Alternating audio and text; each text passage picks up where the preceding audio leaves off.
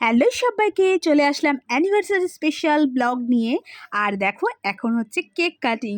আর ওরা কি মজা করছে, আনন্দ করছে, হাসাহাসি করছে, খুব ভাল লাগছে আমার। আর ওরা কিন্তু এটাকে খুব মজা করছে দেখো। আর যেহেতু আমরা একটা কেক নিয়ে এসেছিলাম, এটাতে যেন ওদের আরও বেশি মজা হচ্ছে। তো যাই হোক, আমাদের এভাবেই এগিয়ে চলতে হবে সামনের বছরগুলোতে। মেয়েকে বড় করতে হবে, মানুষ করতে হবে।